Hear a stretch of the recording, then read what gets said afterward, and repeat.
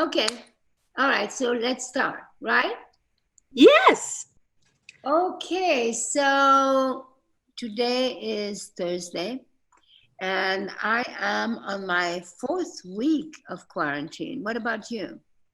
I'm in my quarantine week 4, yes. And it's been a good week. I'm breaking everything up into week. Quarantine week 1 was stressful, crying, anxiety. Week 2, I pulled myself together with my team, working remotely. We did amazing things. Week 3 was great. We've given $53,000 back into the community since quarantine week 2 from our amazing collectors who've been buying artwork and product. So we're trying to make the most out of this. And I feel very lucky to be a creative person at this time. Yeah, that's Um, what I was saying. So I didn't divide the weeks like that. For me, it's a little bit more like the days. There are moments in the day that I wake up and I say, wow, what happened? And then moment of sadness, moment of action, moment. But amongst all of it, above anything else, is the gratitude. The yes. gratitude of having a roof and a garden. And to be able to have a garden and a roof at this time. And then the enormous gift of being forced to be alone, and therefore having being forced to think through and to think, why is this happening? Because this moment of isolation, which has never happened on a global level, I think we should take it. The Chinese say that crisis is two characters, um, danger and opportunity. Yes. So now is the time, really, since we were forced to take a pause, to do a reboot, right? Agreed. And I I hate that this is happening right now. But in terms of being optimistic and having this time of solitude, which I'm used to having as an artist and painting alone, seeing the earth blooming right now, watching the trees, seeing little lizards come out and eat bumblebees. All their little ducks. When I go for a walk in the morning in Audubon Park here, they're all mating, and the swans are out there on display. And seeing the reports of the smog that's going away in Los Angeles, the dolphins that are like, the planet is going, oh, I know. I'm with you. I feel sad. I'm having anxious. I feel action. But then to step back and to look at, the awakenings that are happening right now, it's a good thing. There's beauty in it. There is good in everything, and I think that this is so. Maybe I should tell everybody who you are. I mean, Ashley Longshore is this incredibly optimistic force of nature artist that I met 2 years ago, right? Yes. I, Yes. I met you 2 years ago. We met in London at the Claridge's. We had tea. We did. Showed me your work, and Sandra, my CEO, introduced us, and they said we should do a show with her, and it took a little while, and then we had an idea, and I said I would like to give you the list of the women that I admire, Yes. and then you are just a force. I gave you a list of 25 women that I admire the most, and Yeah. you made this incredible, incredible exhibition, which is now at the studio, which I'm sure we can show. And any woman, any person that walks in there, whether it's a little child or an old woman or anybody, everybody gets so empowered by the strength and the power of women. Yes. And so maybe what we could do, and actually if this is successful, we could do it again. We could pick 5 of the women or 6 of the women that we chose, and we could talk about these women and did you know them before?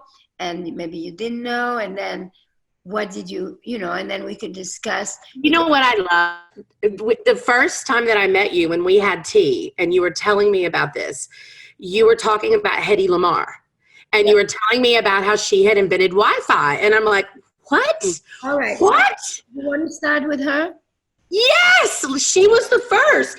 And I'm like, what do you mean she invented Wi-Fi? And you said, yes, this woman, she died bankrupt. She was arrested. And I said, I knew at that moment I had so much to learn from you and about the stories of these incredible women. So yes, let's talk about her first. So I'm going to bring right there. Here it is. This yes. is Hedy Lamarr. And so I didn't know much about her. This is the story with me and Hedy Lamarr. I used to hate my curly hair. I used to hate my curly hair, and I used to iron my hair with an ironing board. And one day I did the cover of Interview. Oh, this is funny. I did the cover of Interview and with a friend of mine, and we did it really late at night, like 12 at night, and my hair was straight, long and straight. And then once it was done, he said to me, okay, wet your hair. I said, what do you mean wet my hair? I said, yeah, wet your hair. And so I wet my hair. And of course, that's the cover that they choose because it was very dramatic with wet hair. And from that moment on, I kept my hair curly.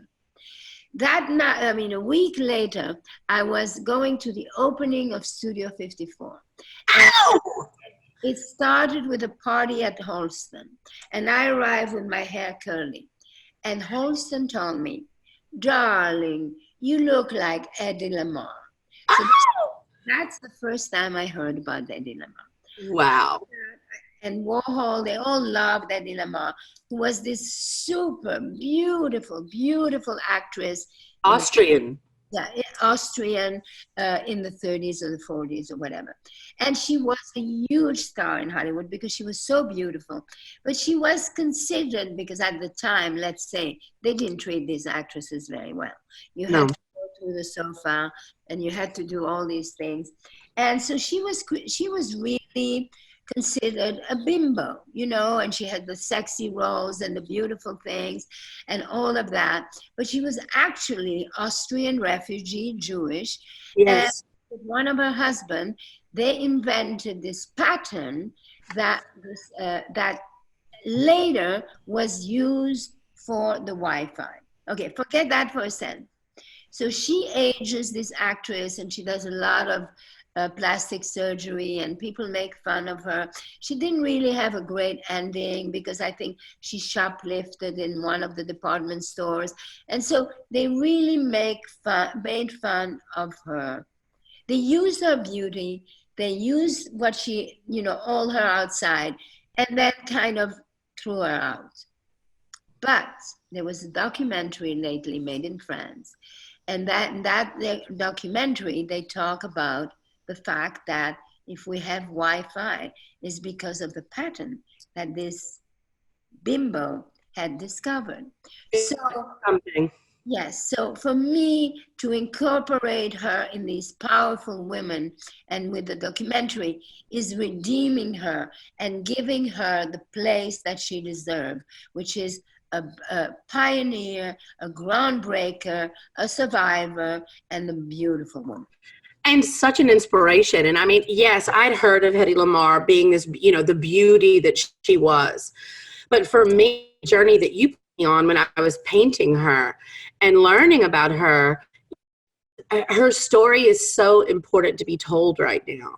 And the fact that she lived during that time when she couldn't be recognized for these great accomplishments that she was having, her brilliant mind, and only celebrated for her body.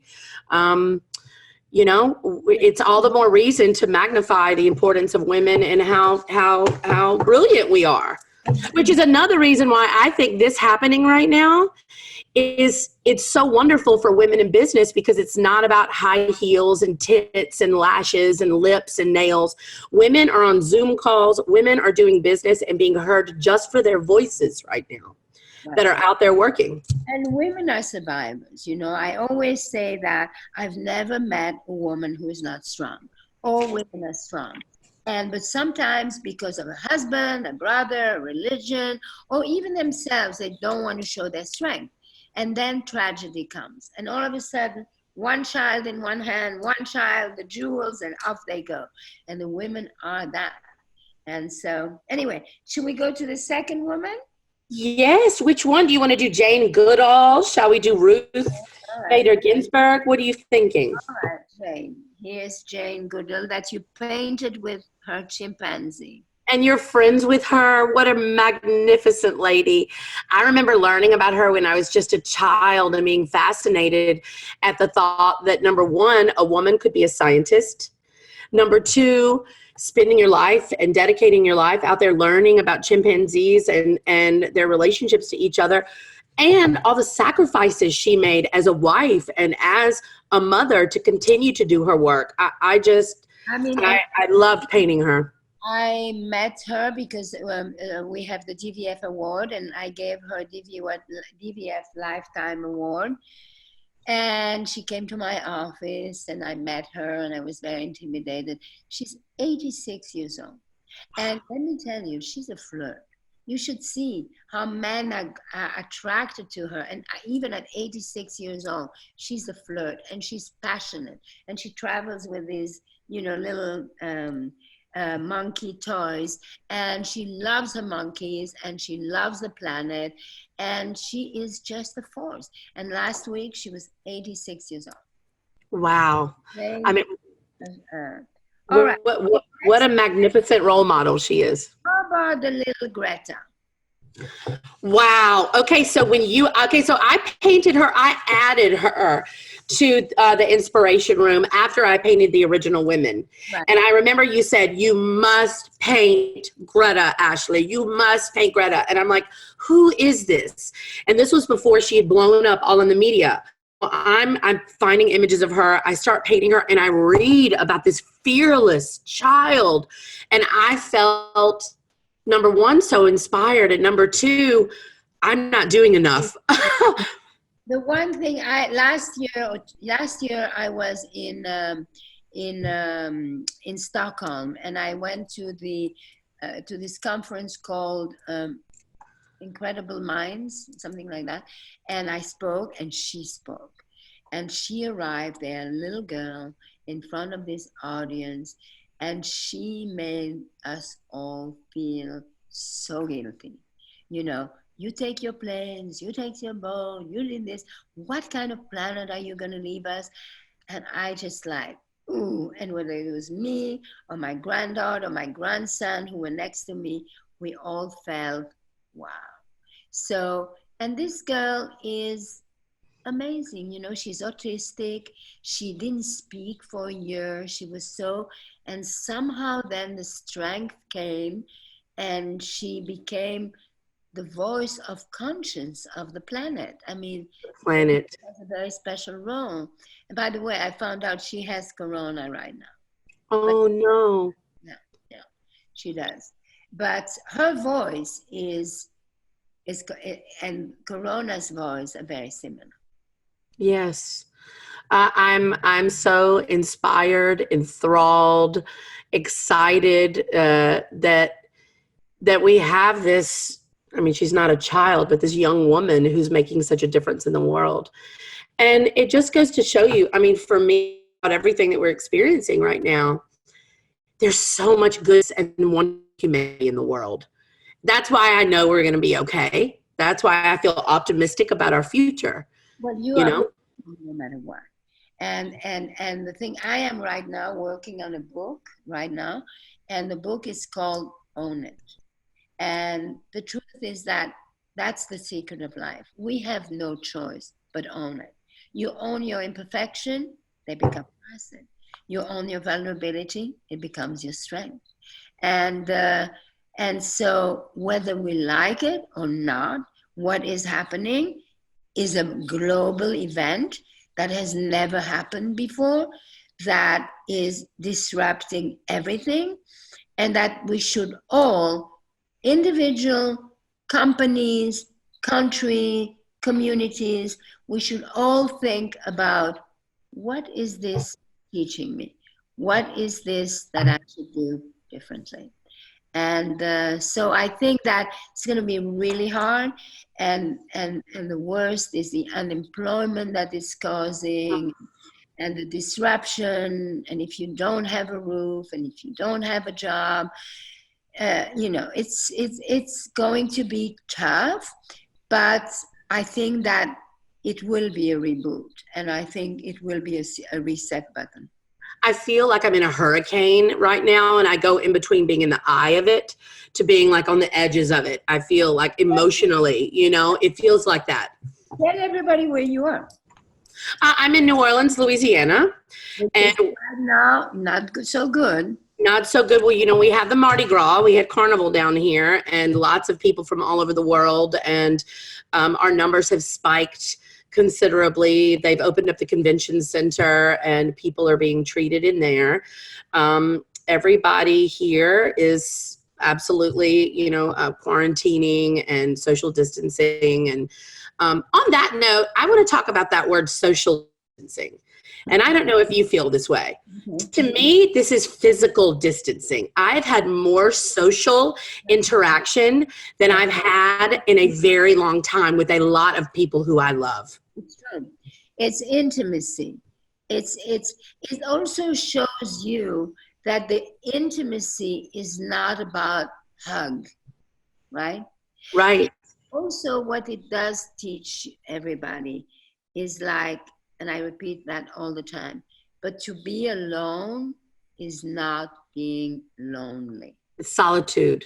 That's right. Solitude is a way that you reboot yourself. It's a way that you rediscover yourself. And when you rediscover yourself and you're really true to yourself, you like yourself better because you are a better person than you think you are. Amen. So positive. Do you ever feel like a loser? Like a loser? Yeah. I feel I try as hard as I can, and I do lose, but I would never have the inner monologue to say I'm a loser. I've been able to stand up on my own 2 feet and to take rejection from the world and people telling me they hate my art and that I'll never make it because I've had an inner monologue that is, I believe in me. I know I can do this. I'm going to try as hard as I can and do the best that I can. So I wouldn't call myself a loser, but I've been rejected. I've made mistakes. I've screwed up. I'm far from perfect, but what do you do when you get rejected? I sit back for a minute. I have that moment of solitude to readjust myself. I think about what I could have done differently, but I think about it without regret. I think about how can I move forward and learn from this. And, sometimes I cry. Sometimes I get upset. Sometimes I get anxiety, but I always pick myself back up, and nothing's going to keep me from trying. Nothing's going to keep me from doing what I love. Since we have the gallery at the store, and people come from the High Line, and it's all your paintings of women, and I get women from all over, and they love you. They love you. Oh, Ashley. I mean, there's something about you that is really extraordinary. Is you have a joie de vivre, and you have a positivism that is really, really extraordinary. And I give you these women, and you didn't even know who they are, and then you come back, and 2 weeks later or a few days later, there's this painting. And it's not just the color, and it's not just the beauty, but the soul is in there. Because they touched me. I mean, listen, right now more than ever, these stories of these incredible women, it's not just about everything that they did right or the awards that they had. I mean, like Maya Angelou, talk about, being solitude. She didn't speak for years of her life. She thought her voice had power.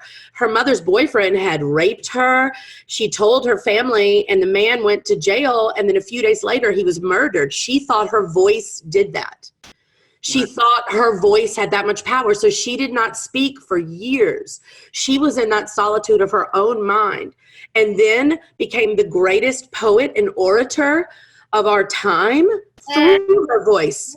This is another example.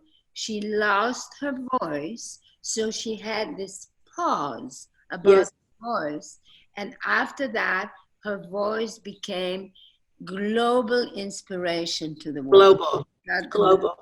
In literature. She, painting her smile when she speaks. If you're an artist or a creative person, you're listening to this, put on an interview with Maya, and her voice is like honey.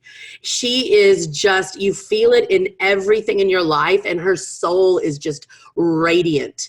So, I mean, painting her and learning about these women, this project that you put me on, how could my soul not be in it? I'm learning with every brushstroke what courage means, what an individual life means, what authenticity means, what fear is not an option means, what in charge means. That's right. And the thing is that what I always say clearly, the most inspiring thing is storytelling. But the most inspiring thing about storytelling is not that you got the Nobel Prize, you got this, you got that. What is inspiring is when you share your vulnerability, is when you share your challenges, because anyone then can listen to it and can learn from it and have the courage of being themselves and have the courage to let their talent and their strength come out of themselves. I think that's why that inner voice is important. When you find you love and you find your authentic self, it's like, I would never call myself a loser. I would say, Ashley, you're going to do something different next time. That inner voice, the only person I'm going to spend every moment of my life with is me. That's right. Why would I beat myself up?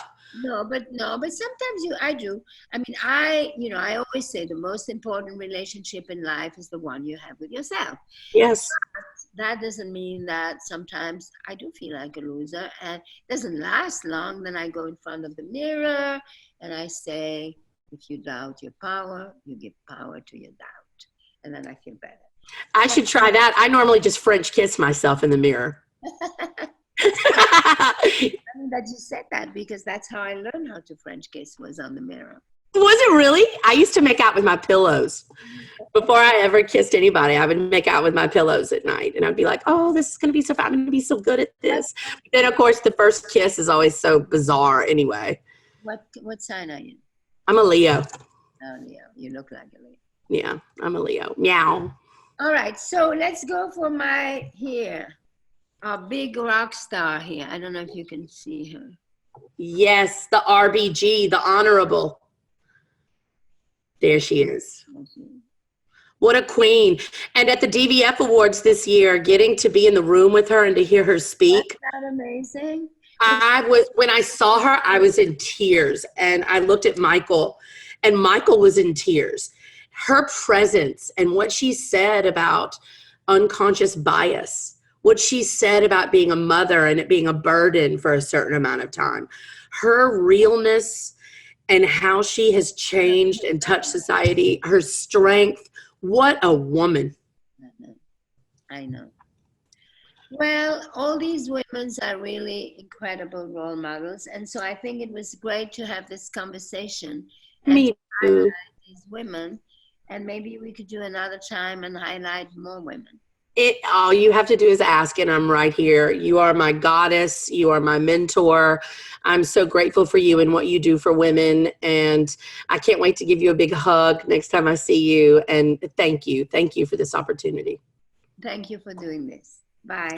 Bye.